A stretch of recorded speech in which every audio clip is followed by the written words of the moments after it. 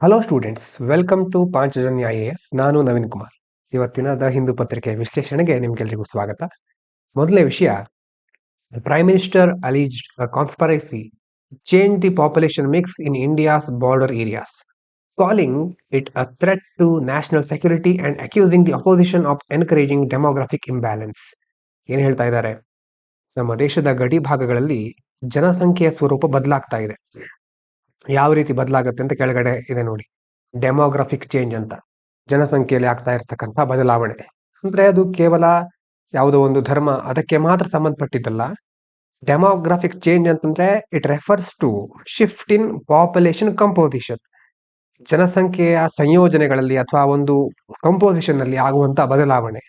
ಅದರಲ್ಲಿ ರಿಲಿಜನ್ ಇರಬಹುದು, ಎಥ್ನಿಸಿಟಿ, ಜನಾಂಗೀಯತೆ ಅಥವಾ ವಲಸೆಗೆ ಸಂಬಂಧಪಟ್ಟಂತಹ ಬದಲಾವಣೆ ಆಗುತ್ತೆ.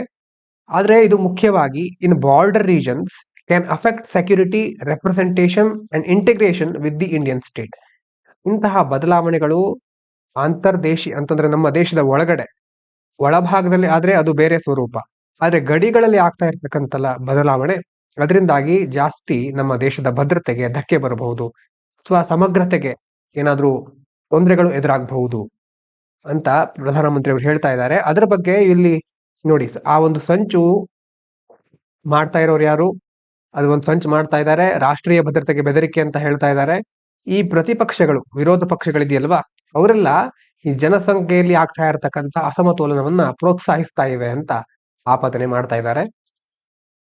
ಇನ್ನು ನ್ಯಾಷನಲ್ ಸೆಕ್ಯೂರಿಟಿ ಅಂತಂದ್ರೆ ನಿಮ್ಗೆ ಗೊತ್ತಿದೆ, ನಮ್ಮ ದೇಶದ ಇಂಟಿಗ್ರಿಟಿ, ಟೆರಿಟೋರಿಯಲ್ ಇಂಟಿಗ್ರಿಟಿ, ಪ್ರಾದೇಶಿಕ ಸಮಗ್ರತೆ ಅಂತ ಕರಿತೇವೆ, ಸಾವರ್ನಿಟಿ, ಸಾರ್ವಭೌಮತ್ವ, ಮತ್ತೆ ಸೋಷಿಯಲ್ ಸ್ಟೆಬಿಲಿಟಿ, ಸಾಮಾಜಿಕ ಸ್ಥಿರತೆ, ಇದೆಲ್ಲವನ್ನ ಸಹ ಇನ್ಕ್ಲೂಡ್ ಮಾಡಿ ಎಲ್ಲ ಸರಿಯಾಗಿ ಪ್ರೊಟೆಕ್ಟ್ ಆಗ್ತಾ ಇದ್ರೆ ಅದಕ್ಕೆ ನಾವು ನ್ಯಾಷನಲ್ ಸೆಕ್ಯೂರಿಟಿ ಅಂತ ಕರಿತೇವೆ, ರಾಷ್ಟ್ರೀಯ ಭದ್ರತೆ. Demographic manipulation in sensitive areas is considered a non traditional security threat. ಅಂದ್ರೆ ಈಗ ಗಡಿ ಭಾಗದಲ್ಲಿ ಮೇಲ್ಗಡೆ ಹೇಳಿದ ಹಾಗೆ ಧಾರ್ಮಿಕ ಆಗಿರಬಹುದು, ಜನಾಂಗೀಯ ಅಥವಾ ವಲಸೆಗೆ ಸಂಬಂಧಪಟ್ಟಂತಹ ಕೆಲವು ಪ್ರಾಬ್ಲಮ್ಗಳು ಎದುರಾಗ್ತಾ ಇದೆ. ಆ ಮ್ಯಾನಿಪುಲೇಷನ್ ಅನ್ನೋದು ಮುಖ್ಯವಾಗಿ ನಾನ್ ಟ್ರೆಡಿಷನಲ್ ಸೆಕ್ಯೂರಿಟಿ ಥ್ರೆಟ್ ಅಂತ ಕರೆಸ್ಕೊಳ್ಳುತ್ತೆ. ಅಂದ್ರೆ ನಾನ್ ಟ್ರೆಡಿಷನಲ್ ಅಂತಂದ್ರೆ ಕನ್ನಡದಲ್ಲಿ ಸಾಂಪ್ರದಾಯಿಕವಲ್ಲದ ಅಂತಂದ್ರೆ ಮೊದಲಿಂದ ಬಂದಿರತಕ್ಕಂಥ ಥ್ರೆಟ್ ಅನ್ನೋಕ್ಕಿಂತ ಸ್ವಲ್ಪ ಡಿಫ್ರೆಂಟ್ ಆಗಿರುವಂತಹ ಥ್ರೆಟ್ ಇದು. ನಾನ್ ಟ್ರೆಡಿಷನಲ್ ಅಂತ ಎಷ್ಟೋ ತಜ್ಞರು ಅಥವಾ ಇತಿಹಾಸವನ್ನ, ಈ ಇಂಟರ್ನ್ಯಾಷನಲ್ ರಿಲೇಷನ್ ನಲ್ಲಿ ಇದನ್ನ ಪದವನ್ನ ಬಳಸ್ತಾರೆ. ಇನ್ನು union government has reopened the production linked incentive scheme for white goods like air conditioners, LED lights till October 14, citing strong industry response and market growth. ಕೇಂದ್ರ ಸರ್ಕಾರ ಶ್ವೇತ ಉತ್ಪನ್ನಗಳು, ವೈಟ್ ಅಂತ ಹೇಳ್ತೇವೆ ನೋಡಿ, ವೈಟ್ ಗುಡ್ಸ್, ಉದಾಹರಣೆಗೆ ಹವಾ ನಿಯಂತ್ರಕ, ಏನು ಕನ್ನಡ ಇಂಗ್ಲಿಷ್ ನಲ್ಲಿ ಏರ್ ಕಂಡೀಷನರ್, ಕನ್ನಡದಲ್ಲಿ ಹವಾ ನಿಯಂತ್ರಕ ಅಂತ ಕರಿತೇವೆ. ಅದರ ಜೊತೆ ಎಲ್ ಇ ಡಿ ದೀಪಗಳು, ಇದಕ್ಕೆ ಸಂಬಂಧಪಟ್ಟ ಹಾಗೆ ಉತ್ಪಾದನೆ ಆಧಾರಿತ ಉತ್ತೇಜನ, ಪ್ರೊಡಕ್ಷನ್ ಲಿಂಕ್ಡ್ ಇನ್ಸೆಂಟಿವ್. ಎಷ್ಟು ಪ್ರೊಡಕ್ಷನ್ ಆಗುತ್ತೆ, ಜಾಸ್ತಿ ಪ್ರೊಡ್ಯೂಸ್ ಮಾಡಿದ್ರೆ ಅವರಿಗೆ ಇನ್ಸೆಂಟಿವ್ ಅಂತಂದ್ರೆ ಅದು ಹಣಕಾಸಿನ ಒಂದು ಉತ್ತೇಜನ ಇರಬಹುದು ಅಥವಾ ಬೇರೆ ಬೇರೆ ರೀತಿಯ ಪ್ರೋತ್ಸಾಹಕಗಳನ್ನ ಕೊಡೋದು. ಆ ಯೋಜನೆಯನ್ನ ಸರ್ಕಾರ ಅಕ್ಟೋಬರ್ 14 ತನಕ ವಿಸ್ತರಿಸ್ತಾ ಇದೆ. ಸರ್ಕಾರದ ಈ ನಿರ್ಧಾರಕ್ಕೆ ಬೇರೆ ಬೇರೆ ಮಾರ್ಕೆಟ್ ಅಥವಾ ಉದ್ಯಮಗಳು ಒಳ್ಳೆ ಸ್ಪಂದನೆಯನ್ನು ಕೊಡ್ತಾ ಇವೆ. ಇನ್ನು PLI ಸ್ಕೀಮ್ ಅಂತಂದ್ರೆ it's a government policy that offers financial incentives to companies based on their incremental sales of domestically manufactured products. ನೋಡಿ, ದೇಶೀಯವಾಗಿ ತಯಾರಾಗಿರ್ಬೇಕು, ಅದರ ಉತ್ಪನ್ನಗಳು ಜಾಸ್ತಿ ಮಾರಾಟ ಆಗ್ತಿದ್ದ ಹಾಗೆ ಅದಕ್ಕೆ ಆರ್ಥಿಕ ಪ್ರೋತ್ಸಾಹ ನೀಡುತ್ತೆ ಸರ್ಕಾರ. ಗೊತ್ತಾಗ್ತದೆ ಅಂತಂದ್ರೆ ದೇಶೀಯವಾಗಿ ತಯಾರಾದ ಉತ್ಪನ್ನಗಳು ಜಾಸ್ತಿ ಮಾರಾಟ ಆದ ಹಾಗೆ ಪ್ರೊಡಕ್ಷನ್ ಮಾಡ್ಲಿಕ್ಕೆ ಇನ್ಸೆಂಟಿವ್ ಕೊಡ್ತಾರೆ. ಆ ಪ್ರೊಡಕ್ಷನ್ಗೆ ಸರ್ಕಾರ ಪ್ರೋತ್ಸಾಹ ಕೊಡುತ್ತೆ. Aimed at boosting manufacturing jobs and export under Atmanirbhar Bharat Abhiyan.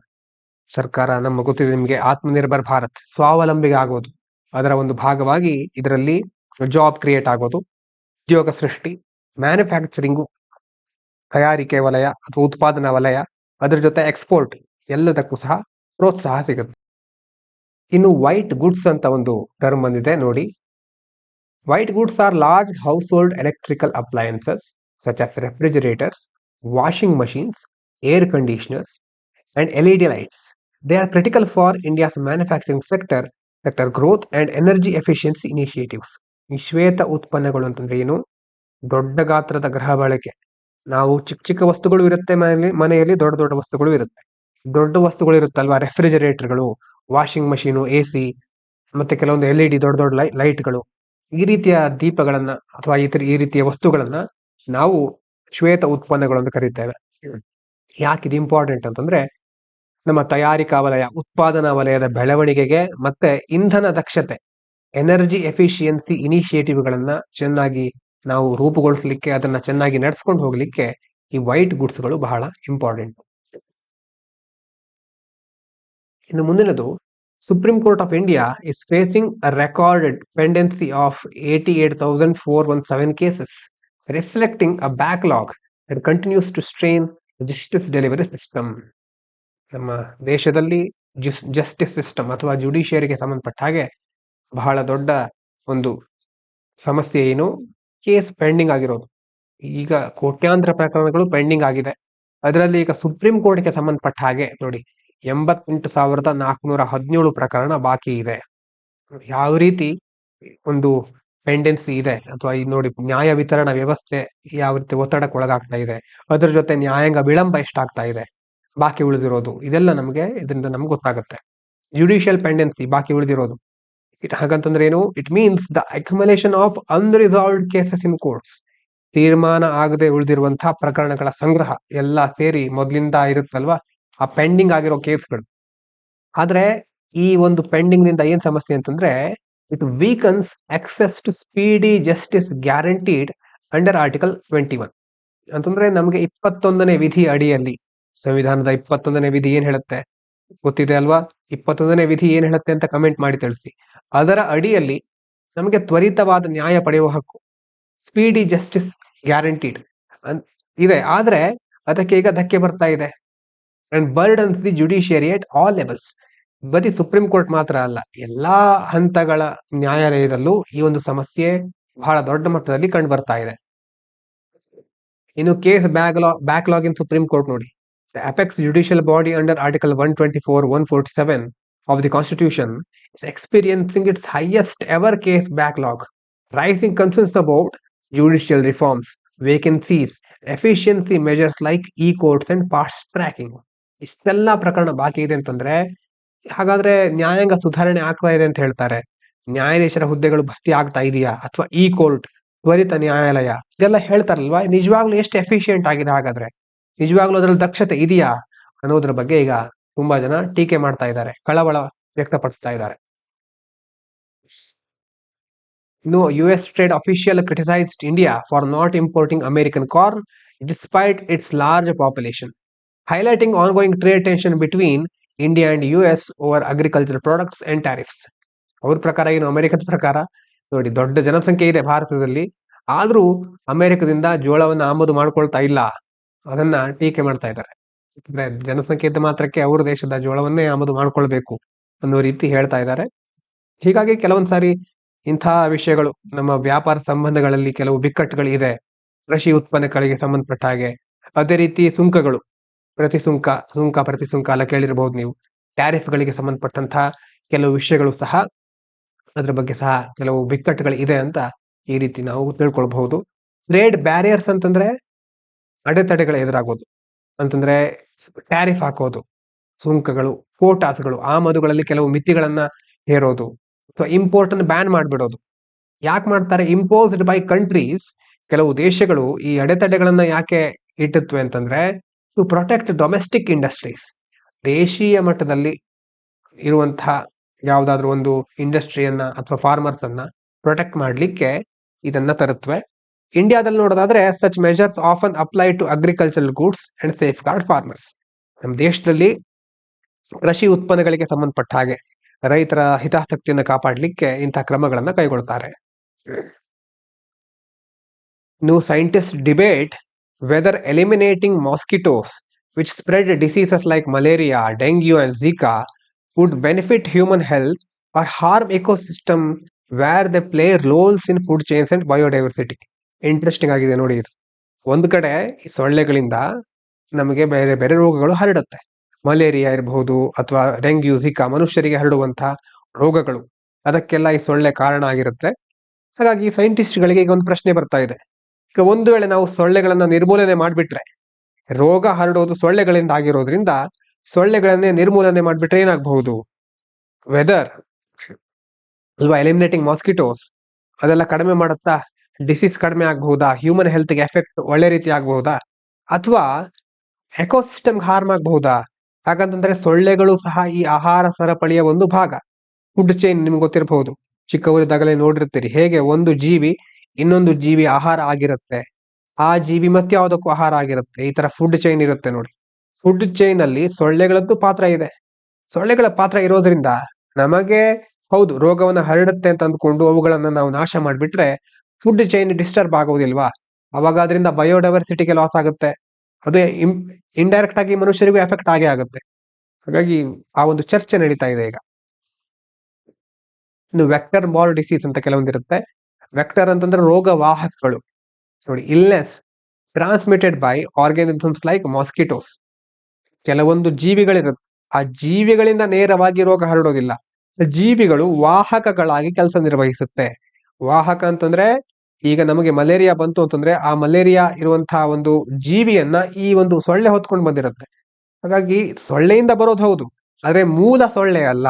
ಸೊಳ್ಳೆ ಬೇರೆ ಒಂದು ವೈರಸ್ ಅಥವಾ ಬ್ಯಾಕ್ಟೀರಿಯಾವನ್ನ ತನ್ನ ಮೂಲಕ ಹರಡುತ್ತೆ. ಆ ಸೊಳ್ಳೆ ಅದನ್ನ ಇಟ್ಕೊಂಡು ಅದನ್ನ ಹರಡೋದ್ರಿಂದ ಅದು ವಾಹಕದಂತೆ ಕಾರ್ಯನಿರ್ವಹಿಸುತ್ತೆ. ಅಂತಹ ರೋಗಗಳಿಗೆ ವೆಕ್ಟರ್ ಬಾರ್ನ್ ಡಿಸೀಸ್ ಅಂತ ಕರೀತಾರೆ. ಈಗ ಈ ಸೊಳ್ಳೆಗಳಲ್ಲಿ ನೋಡೋದಾದ್ರೆ malaria, dengue, chikungunya, Zika ಇದೆಲ್ಲ ಇದೆಯಲ್ವಾ, ಇದೆಲ್ಲ ಸೊಳ್ಳೆಗಳಿಂದ ಹರಡುವಂತಹ ವೆಕ್ಟರ್ ಬಾರ್ನ್ ಡಿಸೀಸ್ಗಳು. posing major public health challenges in India and addressed through National Vector-Borne Disease Control Program. ತುಂಬಾ ದೊಡ್ಡ ಮಟ್ಟದಲ್ಲಿ ಈ ಡಿಸೀಸ್ಗಳ ಪಾಲಿದೆ. ಹಾಗಾಗಿ ಅದಕ್ಕೋಸ್ಕರ ಸರ್ಕಾರ ಏನ್ ಮಾಡಿದೆ ಅಂತಂದ್ರೆ ರಾಷ್ಟ್ರೀಯ ಇಂತಹ ವೆಕ್ಟರ್ ಬಾರ್ನ್ ಡಿಸೀಸ್ ರೋಗವಾಹಕಗಳಿಂದ ಹರಡುವಂತಹ ರೋಗಗಳನ್ನ ನಿಯಂತ್ರಿಸುವ ಕಾರ್ಯಕ್ರಮದ ಮೂಲಕ ಇವುಗಳನ್ನ ನಿವಾರಿಸಲಿಕ್ಕೆ ಮುಂದಾಗ್ತಾ ಇದೆ. ಇನ್ನು ಇಕೊಲಾಜಿಕಲ್ ರೋಲ್ ಆಫ್ ಮಾಸ್ಕಿಟೋಸ್ ಮೊದಲೇ ನೋಡಿದ ಹಾಗೆ ಪರಿಸರದಲ್ಲಿ ಏನ್ ಪಾತ್ರ, ಎಕೊಲಾಜಿಕಲ್ ರೋಲ್ ಏನು ಅವರದ್ದು ಮಾಸ್ಕಿಟೋಸ್ಗಳದ್ದು? Part of ecological food webs, ಆಹಾರ ಜಾಲದ ಒಂದು ಭಾಗ. Serving as prey for fish, ಎಷ್ಟೋ ಮೀನುಗಳಿಗೆ ಈ ಸೊಳ್ಳೆಗಳು ಆಹಾರ, ಫಿಶ್ಗಳಿಗೆ, ಬರ್ಡ್ಸ್ಗಳಿಗೆ, ಇನ್ಸೆಕ್ಟ್ಗಳಿಗೆ ಸೊಳ್ಳೆ ಆಹಾರ. ಒಂದು ವೇಳೆ ಸಡನ್ ಆಗಿ ಇರಾಡಿಕೇಶನ್ ಮಾಡಿಬಿಟ್ರೆ, ಸೊಳ್ಳೆಗಳನ್ನೇ ನಿರ್ಮೂಲನೆ ಮಾಡಿಬಿಟ್ರೆ ಇಟ್ ಕುಡ್ ಡಿಸ್ರಪ್ಟ್ ಇಕೋಸಿಸ್ಟಮ್. ನಮ್ಮ ಪರಿಸರ ವ್ಯವಸ್ಥೆ, ಇಕೋಸಿಸ್ಟಮ್ ಏನಾಗ್ಬಿಡುತ್ತೆ, ತುಂಬಾ ದೊಡ್ಡ ಮಟ್ಟದಲ್ಲಿ ಅದಕ್ಕೆ ಹಾನಿ ಆಗುತ್ತೆ. Making vector control not elimination the preferred global strategy under WHO guidelines. ಹಾಗಾಗಿ WHO ಏನ್ ಹೇಳುತ್ತೆ ಅಂತಂದ್ರೆ ಕಂಪ್ಲೀಟ್ ಆಗಿ ಎಲಿಮಿನೇಟ್ ಮಾಡೋದಲ್ಲ, ಕಂಟ್ರೋಲ್ ಮಾಡೋದು ಅಂತ. ಅಂತಂದ್ರೆ ನಿರ್ಮೂಲನೆಗಿಂತ ನಿಯಂತ್ರಣ ಒಳ್ಳೆಯದು ಅಂತ WHO ಹೇಳುತ್ತೆ. ಸಾರಿ, ಒಂದು ಕ್ವಶನ್ ನೋಡಿ. Which of the following best explains why white goods are strategically significant under India's production linked incentive scheme? ಇದಕ್ಕೆ ಉತ್ತರ, white goods like refrigerators, washing machines, ACs and LED lights are vital for both manufacturing expansion and energy efficiency initiatives. ಎರಡನೇ question ನೋಡಿ. With reference to vector borne diseases and ecological concerns consider the following statement. Malaria, dengue, chikungunya, Zika are all transmitted through mosquitoes. National Vector-Borne Disease Control Program in India addresses major public health challenges arising from such diseases. According to WHO guidelines, global strategy priorities vector elimination over vector control. ಇಲ್ಲಿ ಕೊಟ್ಟಿರೋದು vector elimination priority ಕೊಡಬೇಕು vector ಕಂಟ್ರೋಲ್ಗಿಂತ ಅಂತ. ಹಾಗಾದ್ರೆ ಯಾವ್ದು correct? 1 and 2 are correct, ಆದ್ರೆ 3ನೇದು incorrect. WHO ಯಾವ್ದಕ್ಕೆ focus ಮಾಡುತ್ತೆ? Control, ನಿಯಂತ್ರಣದ ಮೇಲೆ, ನಿರ್ಮೂಲನೆ ಮೇಲೆ ಅಲ್ಲ. ಕೆಲವು ಆರ್ಟಿಕಲ್ಗಳನ್ನು ನೋಡೋಣ.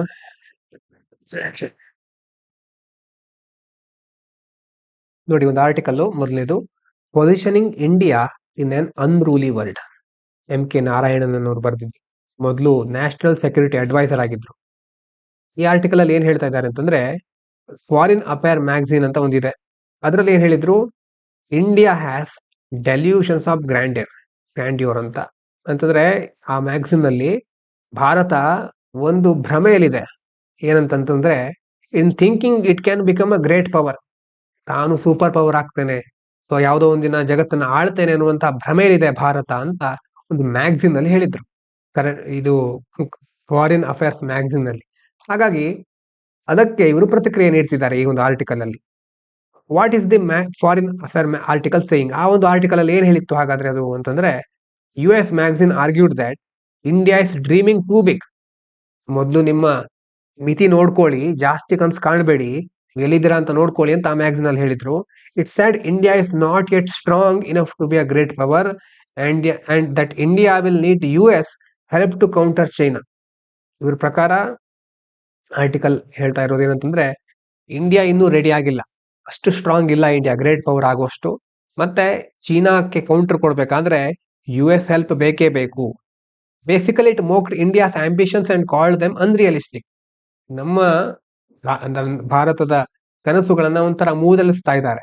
ಅಂತಂದ್ರೆ ನೀವು ಅನ್ರಿಯಲಿಸ್ಟಿಕ್ ಆಗಿದ್ದೀರಿ, ರಿಯಾಲಿಟಿನೇ ಗೊತ್ತಿಲ್ಲ ನಿಮ್ಗೆ, ಯಾವುದೋ ಒಂದು ಭ್ರಮೆಲಿದ್ದೀರಿ ನೀವು ಅಂತ ಆ ಒಂದು ಆರ್ಟಿಕಲ್ ಅಲ್ಲಿ ಹೇಳಿದ್ರು. ಇದಕ್ಕೆ ಇವರು ಆಥರ್ ಏನ್ ರೆಸ್ಪಾಂಡ್ ಮಾಡ್ತಾ ಇದ್ದಾರೆ ಅಂತಂದ್ರೆ, ಅವರು ಸ್ಟ್ರಾಂಗ್ಲಿ ಡಿಸ್ಅಗ್ರಿ, ಇದನ್ನ ಒಪ್ಕೊಳ್ಳೋದಿಲ್ಲ. He says India's belief in its future is not a delusion but confidence built on solid foundation. ಸುಮ್ನೆ ನಾವು ಕನಸು ಕಾಣ್ತಾ ಇಲ್ಲ, ನಾವು ಫೌಂಡೇಶನ್ ಚೆನ್ನಾಗಿದೆ ನಮ್ದು. ಹಾಗಾಗಿ ಇಂಡಿಯಾ ಒಂದಲ್ಲ ಒಂದಿನ ಮುಂದೆ ಒಳ್ಳೆ ಪವರ್ ಆಗುತ್ತೆ, ನಾವು ಮೊದಲಿಂದಾನು ಅದರ ಬಗ್ಗೆ ಪ್ರಯತ್ನ ಮಾಡ್ತಾ ಇದ್ದೇವೆ. India may not have the same military or economic power as the US or China yet, but India has survived crisis. It has grown steadily since independence. It has earned respect and authority internationally. ಏನ್ ಹೇಳ್ತಾ ಇದ್ದಾರೆ, ನಮ್ಮ ಹತ್ರ military economic power US ಅಥವಾ ಚೀನಾದಷ್ಟು ಇಲ್ಲದೆ ಇರಬಹುದು, ಆದ್ರೆ ಎಷ್ಟೋ ವಿಪತ್ತು ಬಂದಾಗ ಅದರಿಂದ ಸಹ ಪಾರಾಗಿದ್ದೇವೆ, ಅದನ್ನ ಧೈರ್ಯದಿಂದ ನಿರ್ವಹಿಸಿದ್ದೇವೆ, ಸರಿಯಾಗಿ ಸಮರ್ಥವಾಗಿ ಅದನ್ನ ಮುಂದುವರ್ಸ್ಕೊಂಡು ಬಂದಿದ್ದೇವೆ. ಅಂತಂದ್ರೆ ನಮ್ಮ ದೇಶದ ಘನತೆಯನ್ನ ಮುಂದುವರ್ಸ್ಕೊಂಡು ಬಂದಿದ್ದೇವೆ. ಅದೇ ರೀತಿ ಇಂಡಿಪೆಂಡೆನ್ಸ್, ನಮಗೆ ಸ್ವಾತಂತ್ರ್ಯ ಸಿಕ್ಕದಾಗಿಂದ ನಾವು ನಿರಂತರವಾಗಿ ಗ್ರೋತ್, ಬೆಳವಣಿಗೆಯನ್ನು ಕಾಣ್ತಾ ಇದ್ದೇವೆ. ಮತ್ತೆ ಇಂಟರ್ನ್ಯಾಷನಲ್ ಲೆವೆಲ್ ಅಲ್ಲಿ ನಮಗೆ ಒಂದು ಗೌರವವನ್ನ, ಒಂದು ಅಥಾರಿಟಿಯನ್ನ ಮೇಂಟೈನ್ ಮಾಡ್ಕೊಂಡು ಬಂದಿದ್ದೇವೆ. ಏನು ನಮ್ಮ ಸ್ಟ್ರೆಂತ್ ಅಂತಂದ್ರೆ moral and strategic growth. India often acted as balancing force. ನೋಡಿರಬಹುದು, ಎಲ್ಲಾ ಸಂದರ್ಭದಲ್ಲೂ ನಾವು ಯಾವುದೋ ಒಂದು ಪಕ್ಷದ ಪರವಾಗಿ ಹೋಗೋದು ಕಡಿಮೆ, ಎಲ್ಲಾ ಸಂದರ್ಭದಲ್ಲೂ ಅದನ್ನ ಬ್ಯಾಲೆನ್ಸ್ ಮಾಡ್ಲಿಕ್ಕೆ ಜಾಸ್ತಿ ಪ್ರಯತ್ನ ಮಾಡ್ತೇವೆ. Non aligned movement, cold war ಆದಾಗ ಅದೆಲ್ಲ ಒಂದು ಉದಾಹರಣೆ. ಇನ್ನು civilizational depth, India like China is an ancient civilization with its own way of viewing the world, not like the west. ಅಂತಂದ್ರೆ ನಮ್ಮ ದೇಶ ಜಗತ್ತನ್ನ ತನ್ನದೇ ಆದ ದೃಷ್ಟಿಯಲ್ಲಿ ನೋಡುವಂತ ಒಂದು ಸಾಮರ್ಥ್ಯವನ್ನ ಪಡ್ಕೊಂಡಿದೆ. ವೆಸ್ಟರ್ನ್ ಕಂಟ್ರೀಸ್ ತರ ತಾನು ಹೇಳಿದ್ದೆ ಸರಿ ಅಂತ ಹೇಳೋದಿಲ್ಲ, ಅದ್ರ ಬದಲು ನಮಗೆ ನಮ್ಮದೇ ಆದಂತ ಒಂದು ಮಹತ್ವ ಇದೆ. ಇನ್ನು ಟೆಕ್ನಾಲಜಿಕಲ್ ಪೊಟೆನ್ಷಿಯಲ್ ನೋಡೋದಾದ್ರೆ, today technology is the main driver of the global power. ನಿಮ್ಗೆ ಗೊತ್ತಿದೆ, ಜಗತ್ ನಡೀತಾ ಇರೋದೇ ಈಗ ಟೆಕ್ನಾಲಜಿಯಿಂದ. India with its strong IT sector and digital growth is well placed. ನಮ್ಮ ದೇಶದಲ್ಲಿ IT ಸೆಕ್ಟರ್, ಡಿಜಿಟಲ್ ಗ್ರೋತ್ ಎರಡೂ ಸಹ ಚೆನ್ನಾಗಿ ಆಗ್ತಾ ಇದೆ. ಹಾಗಾಗಿ ನಾವು ಹೆದರಬೇಕಾದ ಅವಶ್ಯಕತೆ ಇಲ್ಲ.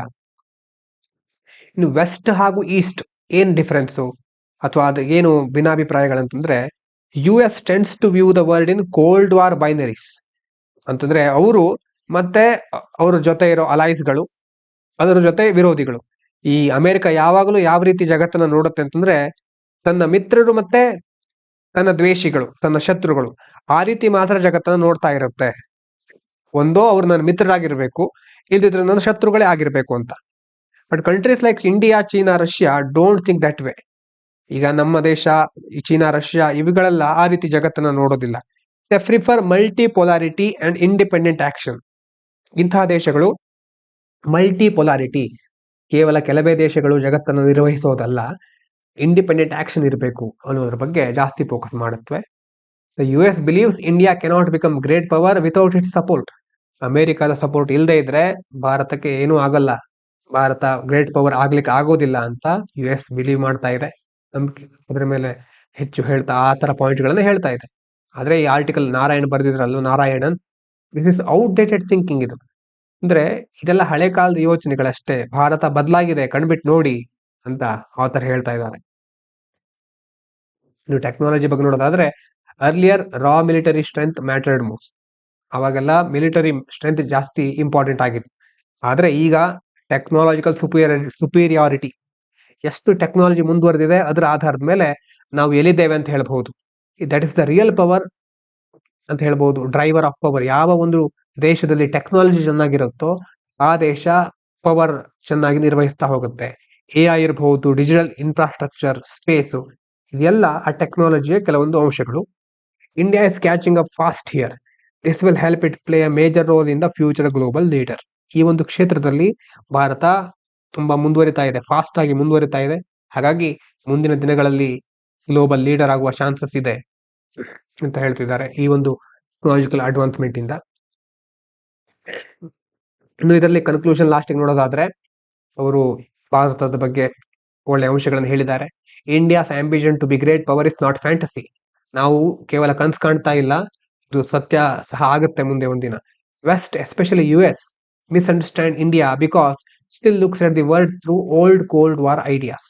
ಆ ವೆಸ್ಟರ್ನ್ ಕಂಟ್ರೀಸ್ಗಳು US ಗೆ ಸಂಬಂಧಪಟ್ಟಾಗೆ ಹೇಳಿದ್ರು, ತನ್ನದೇ ಆದ ದೃಷ್ಟಿಕೋನದಲ್ಲಿ ನೋಡ್ತಾ ಇದೆ, ಆಗಿನ ಕಾಲದ ಕೋಲ್ಡ್ ವಾರ್ ಎರಾದಲ್ಲೇ ಇದೆ ಎನ್ನುವುದು. India's rise rooted in strong civilization, steady economic growth, growing technological capabilities. ನಮ್ಮ ದೇಶದ ಶಕ್ತಿ ಇರೋದು ನಮ್ಮ ಅದ್ಭುತವಾದ ನಾಗರಿಕತೆಗಳಲ್ಲಿ. ಮೊದಲಿಂದ ನಾವು ಒಂದು ರೀತಿಯ ಘನತೆಯಿಂದ ಬದುಕೊಂಡು ಬಂದಿದ್ದೇವೆ. ಎಕನಾಮಿಕಲ್ ಗ್ರೋತ್ ಸಹ ಆಗ್ತಾ ಇದೆ, ಅದೇ ರೀತಿ ಟೆಕ್ನಾಲಜಿಕಲ್ ಕೆಪಾಬಿಲಿಟಿ ಸಹ ಇಂಪ್ರೂವ್ ಮಾಡ್ಕೊಳ್ತಾ ಇದ್ದೇವೆ. ಹಾಗಾಗಿ rather than being dependent on the US, India will chart its own path and play a key role in shaping the multipolar world.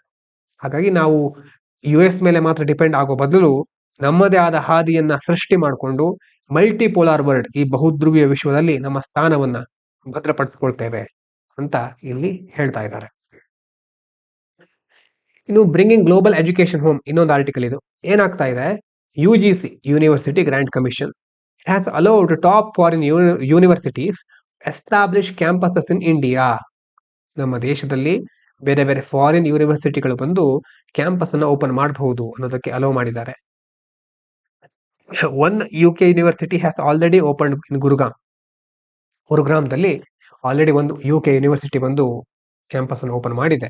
ಇನ್ನು ಮುಂದಿನ ದಿನಗಳಲ್ಲಿ ಬೆಂಗಳೂರು, ಚೆನ್ನೈ, ಮುಂಬೈ, NCR ಗಳಲ್ಲೂ ಓಪನ್ ಆಗುತ್ತೆ. So this is part of the national education policy 2020 which wants Indian higher education to be globally competitive. NEP ಭಾಗ ಇದು. ನಮ್ಮ ದೇಶದ education ಜಾಗತಿಕ ಮಟ್ಟದಲ್ಲಿ ಸ್ಪರ್ಧಾತ್ಮಕತೆಯಿಂದ ಕೂಡಿರಬೇಕು ಅನ್ನುವಂತ ಒಂದು ಏಮ್ ಇದೆ. ಹಾಗಾಗಿ why is this being done, ಯಾಕೆ ಮಾಡಿದ್ರು ಹೀಗೆ ಅಂತಂದ್ರೆ, India has large young population. ಜನಸಂಖ್ಯೆ ಬಗ್ಗೆ ನಿಮಗಂತೂ ಗೊತ್ತೇ ಇದೆ, ಜಾಸ್ತಿ ಜನ, ಯೂತ್ ಪಾಪ್ಯುಲೇಷನ್ ಜಾಸ್ತಿ ಇದೆ. ಹಾಗಾಗಿ ಇಷ್ಟೆಲ್ಲ ಜನರಿಗೆ ಹೈ ಕ್ವಾಲಿಟಿ ಎಜುಕೇಶನ್ ಅವಶ್ಯಕತೆ ಇದೆ. Our startup ecosystem is booming. ಒಂದ್ ಕಡೆ ಸ್ಟಾರ್ಟ್ಅಪ್ಗಳು ದೊಡ್ಡ ಮಟ್ಟದಲ್ಲಿ ಬೆಳೀತಾ ಇವೆ. There is demand for new age fields. ಹಾಗಾಗಿ ಅತ್ಯಂತ ವೇಗವಾಗಿ ಬದಲಾಗ್ತಾ ಇರೋ ಜಗತ್ತಿಗೆ ನಾವು ಸಹ ಹೊಂದಾಣಿಕೆ ಮಾಡ್ಕೋಬೇಕಾದ್ರೆ, ಅದರ ಜೊತೆ ಹೊಂದ್ಕೋಬೇಕಾದ್ರೆ AI, data science, sustainability, finance, ಎಲ್ಲಾ ಕ್ಷೇತ್ರದಲ್ಲಿ ನಮಗೆ ಸ್ಕಿಲ್ ಬೇಕಾಗುತ್ತೆ. ಅದಕ್ಕೋಸ್ಕರ ಬೇರೆ ಬೇರೆ ಯೂನಿವರ್ಸಿಟಿಗಳು, ಫಾರಿನ್ ಇನ್ಸ್ಟಿಟ್ಯೂಷನ್ಗಳಿಂದ ಸಹ ಒಳ್ಳೆ ಮೆಥಡ್ಗಳನ್ನ ಅಡಾಪ್ಟ್ ಮಾಡ್ಕೋಬೇಕಾಗತ್ತೆ. ಅವುಗಳಿಗೂ ಸಹ ಇಲ್ಲಿ ಅವಕಾಶ ಕೊಡಬೇಕಾಗುತ್ತೆ. ಇನ್ನು many Indian students want foreign level education. ಹೌದು, ತುಂಬಾ ಜನ ನಿಮ್ಗೆ ಗೊತ್ತಿದೆ, ಫಾರಿನ್ ಎಜುಕೇಶನ್ಗೋಸ್ಕರನೇ ಬೇರೆ ದೇಶಗಳಿಗೆ ಹೋಗ್ತಾರೆ. But studying abroad is very expensive. ಅದರಲ್ಲಿ ಹೋಗೋದಷ್ಟು ಸುಲಭ ಇರೋದಿಲ್ಲ, ತುಂಬಾ ಖರ್ಚಾಗುತ್ತೆ and involves emotional and social difficulties.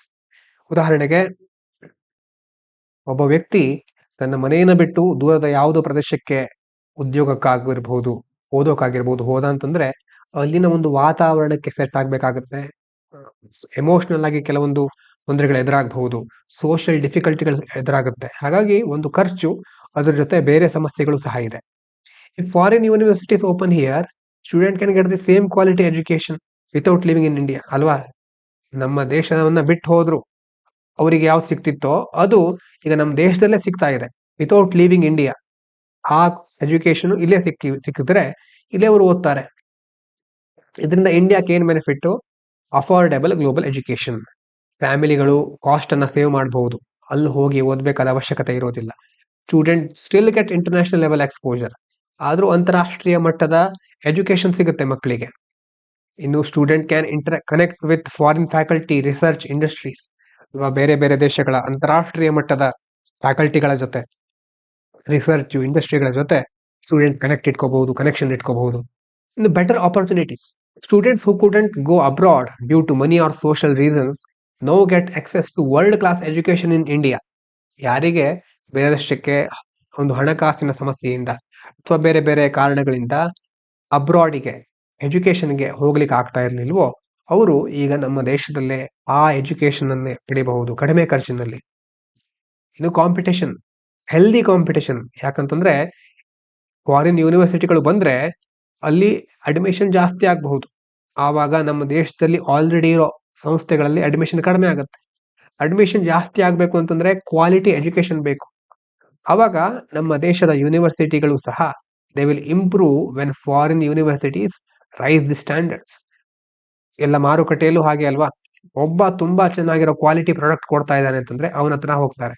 ಅವಾಗ ಉಳಿದಿರೋ ಅಂಗಡಿಗಳು, ಉಳಿದಿರೋ ಶಾಪ್ಗಳು ಸಹ ತುಂಬಾ ಕ್ವಾಲಿಟಿಯನ್ನ ಜಾಸ್ತಿ ಮಾಡಿದ್ರೆ ಮಾತ್ರ ಅವ್ರ ಕಡೆ ಜನ ಬರ್ತಾರೆ. ಹಾಗೆ ಇಲ್ಲೂ ಸಹ ಆಗತ್ತೆ. ಫಾರಿನ್ ಯೂನಿವರ್ಸಿಟಿಗಳು ಸ್ಟ್ಯಾಂಡರ್ಡ್ ಚೆನ್ನಾಗಿ ಮೇಂಟೈನ್ ಮಾಡಿದ್ರೆ ಅವರನ್ನು ನೋಡಿ ಅಡ್ಮಿಷನ್ ಆಸೆಗೋಸ್ಕರ ಆದ್ರೂ ಅಥವಾ ಬೇರೆ ಬೇರೆ ಕಾರಣಗಳಿಗೋಸ್ಕರ ನಮ್ಮ ದೇಶದ ಯೂನಿವರ್ಸಿಟಿಗಳು ಸಹ ಒಳ್ಳೆ ರೀತಿಯಲ್ಲಿ ಬೆಳಿಬಹುದು. ಇದು ರಿಸರ್ಚ್ ಅಂಡ್ ಕೊಲಾಬರೇಷನ್ಗೆ ಸಂಬಂಧಪಟ್ಟ ಹಾಗೆ India setting a big research framework, Anusandhan national research foundation ಇಂಥ ಫ್ರೇಮ್ವರ್ಕ್ ಗಳನ್ನು ನಾವು ತರ್ತಾ ಇದ್ದೇವೆ. Global universities can partner in renewable energy, health, engineering and more. ಆ ಯೂನಿವರ್ಸಿಟಿಗಳಿಂದ ಕೇವಲ ನಮಗೆ ಶಿಕ್ಷಣ ಮಾತ್ರ ಅಲ್ಲ, ಬೇರೆ ಬೇರೆ ಫೀಲ್ಡ್ ಅಲ್ಲಿ ನವೀಕರಿಸಬಹುದಾದ ಇಂಧನಗಳು, ಆರೋಗ್ಯ ಕ್ಷೇತ್ರ, ಇಂಜಿನಿಯರಿಂಗು, ಈ ಎಲ್ಲಾ ಕ್ಷೇತ್ರಗಳಲ್ಲಿ ನಮಗೆ ಜ್ಞಾನ, ಕೌಶಲ್ಯ ಇದೆಲ್ಲವನ್ನು ಹೆಚ್ಚಿಸ್ಕೊಳ್ಳಿಕ್ ಸಾಧ್ಯ ಆಗುತ್ತೆ. ಆಲ್ರೆಡಿ ಇಂಡಿಯನ್ ಇನ್ಸ್ಟಿಟ್ಯೂಷನ್ IIT ಇದೆ, IISER ಇದೆ, ಏಮ್ಸ್ ಇದೆ. ಅವುಗಳು ಆಲ್ರೆಡಿ ಗ್ಲೋಬಲ್ ಕೊಲಾಬರೇಷನ್ ಮಾಡ್ಕೊಡ್ತಾ ಇವೆ. ಫಾರಿನ್ ಕ್ಯಾಂಪಸ್ ಸಹ ಇದ್ರೆ ಅಂಥ ಪಾರ್ಟ್ನರ್ಶಿಪ್ಗಳು ಜಾಸ್ತಿ ಆಗುತ್ತೆ, ಎಕ್ಸ್ಪ್ಯಾಂಡ್ ಆಗುತ್ತೆ, ಇನೋವೇಷನ್ಗೆ ಹೆಚ್ಚು ಪ್ರಮೋಷನ್ ಸಿಗುತ್ತೆ. ಹಾಗಾಗಿ India as an education power house, India has a big long history of being global knowledge hub. ಬಹಳ ಹಿಂದೆ ನಲಂದ, ತಕ್ಷಶಿಲಾ ಯೂನಿವರ್ಸಿಟಿಗಳನ್ನು ನಾವು ಕೇಳಿದ್ವಿ.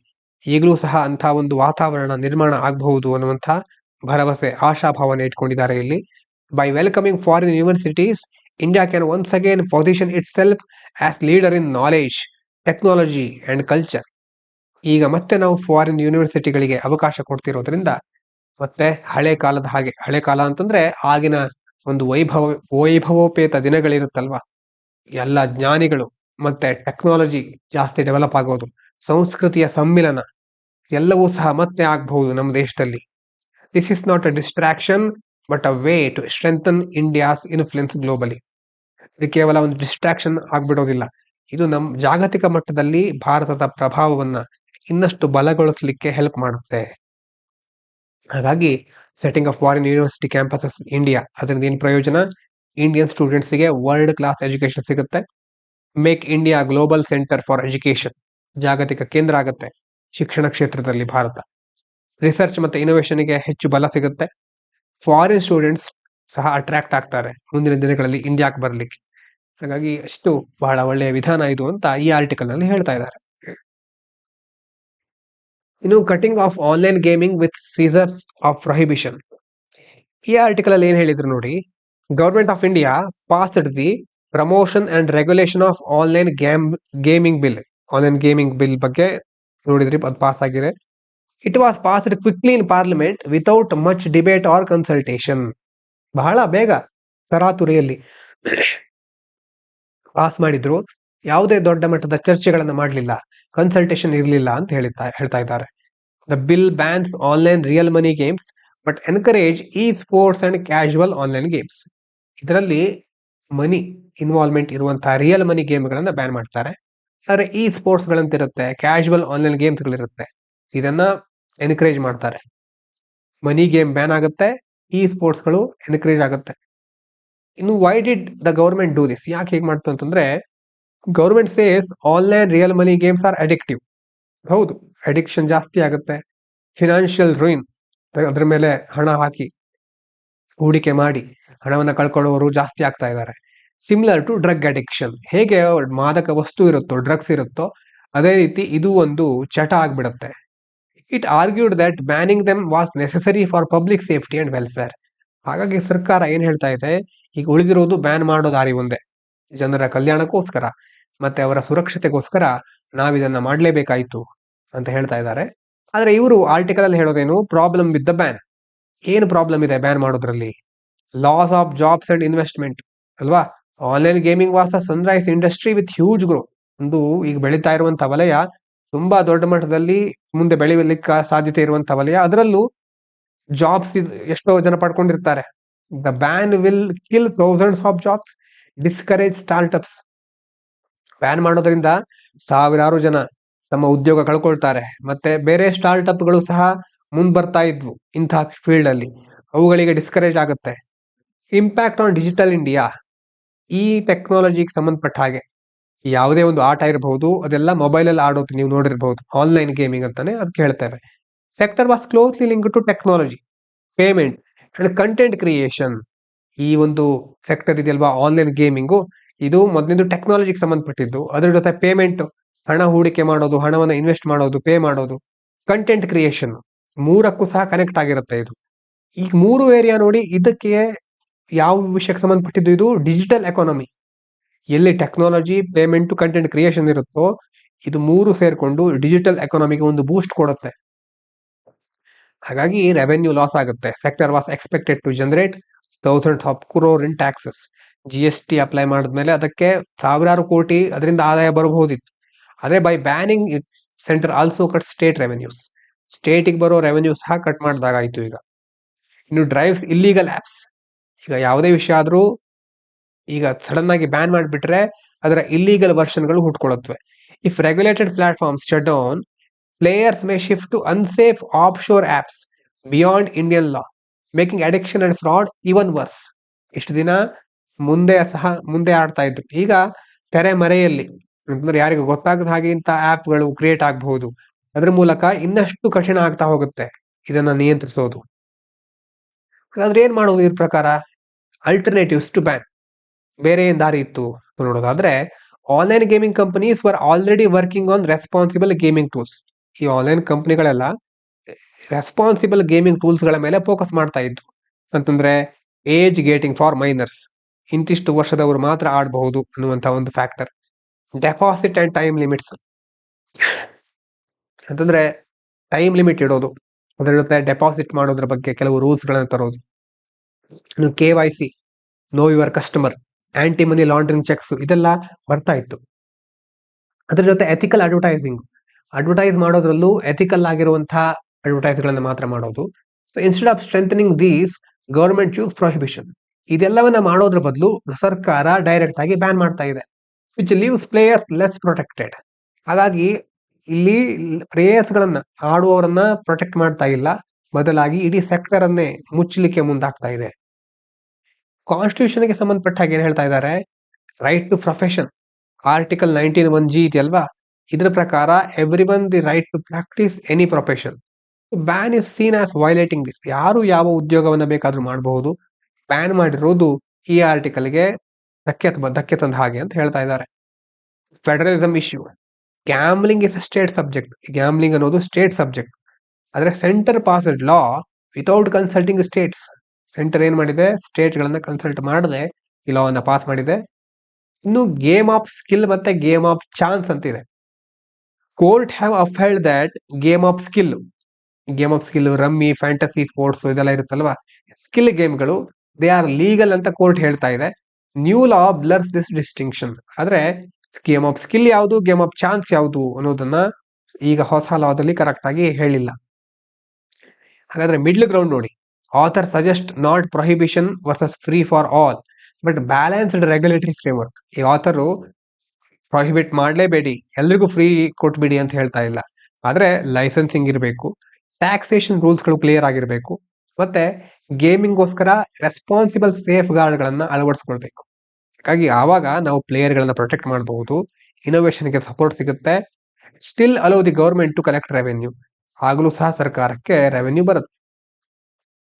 ಹಾಗಾಗಿ ಆ ಬ್ಲಾಂಕೆಟ್ ಬ್ಯಾನ್, ಬ್ಲಾಂಕೆಟ್ ಅಂತಂದ್ರೆ ಕಂಪ್ಲೀಟ್ ಆಗಿ ಬ್ಲಾಂಕೆಟ್ ಹೊತ್ಸೋದು ಅಂತ ಹೇಳ್ತೀವಲ್ವಾ, ಅದು ಅಂಬ್ರೆಲಾ ಅಂತ ಹೇಳ್ತೇವೆ, ಕಂಪ್ಲೀಟ್ ಕವರ್ ಮಾಡಿಬಿಡೋದು. ಈ ಬ್ಲಾಂಕೆಟ್ ಬ್ಯಾನ್ ಇಂದಾಗಿ ಇಂಡಿಯಾ ಡಿಜಿಟಲ್ ಎಕಾನಮಿ ಹಾರ್ಮ್ ಆಗುತ್ತೆ, ಜಾಬ್ ಲಾಸ್ ಆಗಬಹುದು, ಇನೋವೇಷನ್ಗೆ ಧಕ್ಕೆ ಬರಬಹುದು. ಹಾಗಾಗಿ instead of prohibition, India should build regulation and accountability. ನಿಷೇಧ ಮಾಡೋ ಬದಲು ರೆಗ್ಯುಲೇಷನ್, ನಿಯಂತ್ರಣ ಕ್ರಮಗಳನ್ನ ಮತ್ತೆ ಹೊಣೆಗಾರಿಕೆಯ ವ್ಯವಸ್ಥೆಗಳನ್ನ ಇನ್ನಷ್ಟು ಬಲಗೊಳಿಸಬೇಕು. Whether this man truly protect citizen or fails them will be seen in the future. ಹಾಗಾಗಿ ಇವರು ಫೈನಲ್ ಆಗಿ ಹೇಳೋದೇನು, ಈ ಬ್ಯಾನ್ ಮಾಡಿರೋದ್ರಿಂದ ನಿಜವಾಗ್ಲೂ ಜನರ ರಕ್ಷಣೆ ಆಗ್ತಾ ಇದೆಯಾ ಅಥವಾ ಅವರಿಗೆ ತೊಂದರೆಗಳಾಗತ್ತಾ, ಏನಾಗ್ತಾ ಇದೆ ನಿಜವಾಗ್ಲೂ ಅನ್ನೋದು ಗೊತ್ತಾಗ್ಲಿಕ್ಕೆ ಸಮಯವೇ ಉತ್ತರ ಕೊಡುತ್ತೆ, ಸಮಯವೇ ಎಲ್ಲವನ್ನ ಉತ್ತರಿಸಬೇಕು ಅಂತ ಇಲ್ಲಿ ಹೇಳ್ತಾ ಇದ್ದಾರೆ. ಇಷ್ಟು ಇವತ್ತಿನ ಮುಖ್ಯವಾದ ವಿಚಾರಗಳು. ಎಲ್ರಿಗೂ ಧನ್ಯವಾದಗಳು. ಇದು ಪಾಂಚಜನ್ಯ IAS.